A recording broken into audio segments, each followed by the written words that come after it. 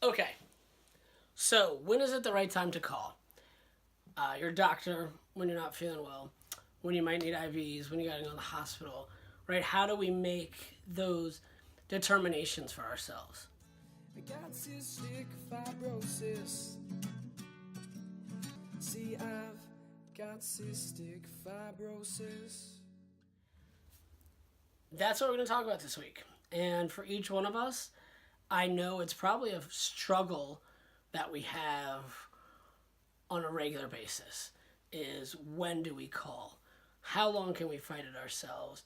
How long do we want to push it off because we're stubborn or we don't want to necessarily admit that we might be getting sick because it could lead to lower lung function, all those other myriad of issues of sort of that self acknowledgement that, hey, it's getting harder and harder to fight CF.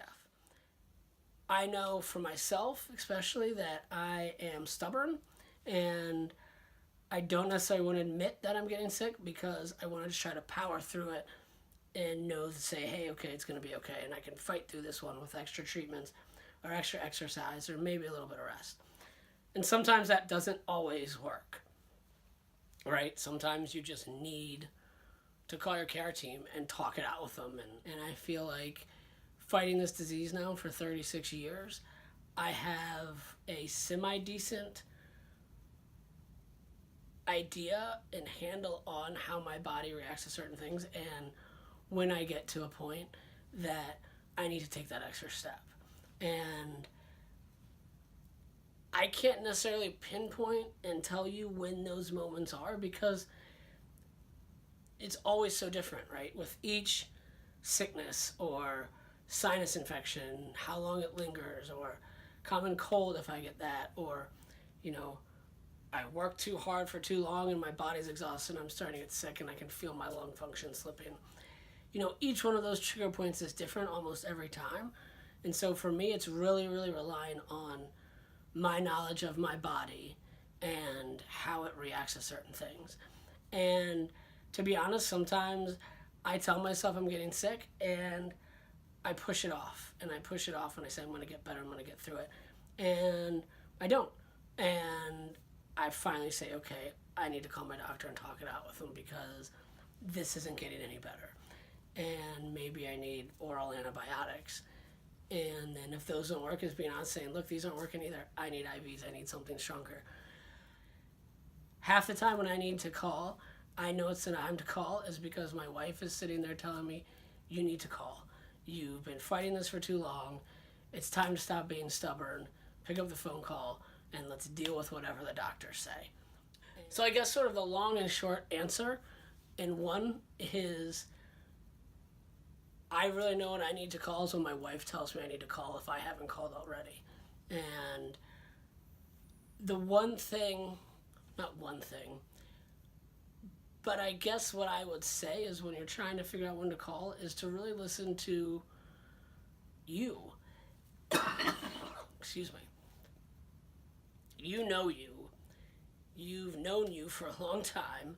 And you need to know when you need to call. Seems like a lot of the same word all in there together. But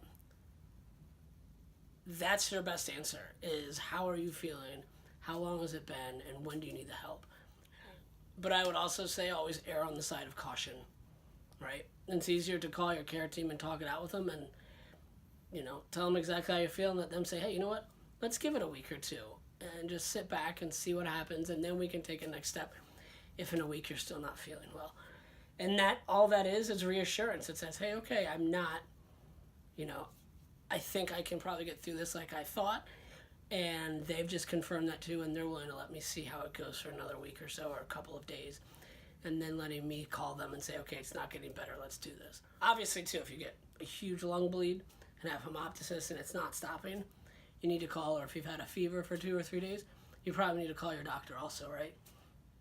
It's not wrong to call your doctor. You can always err on the side of caution. They're not going to get mad at you for calling to try to take care of yourself, or they shouldn't. So that's it for me this week. Next week, we've got awesome guest video blogs and from an awesome other fellow CFer.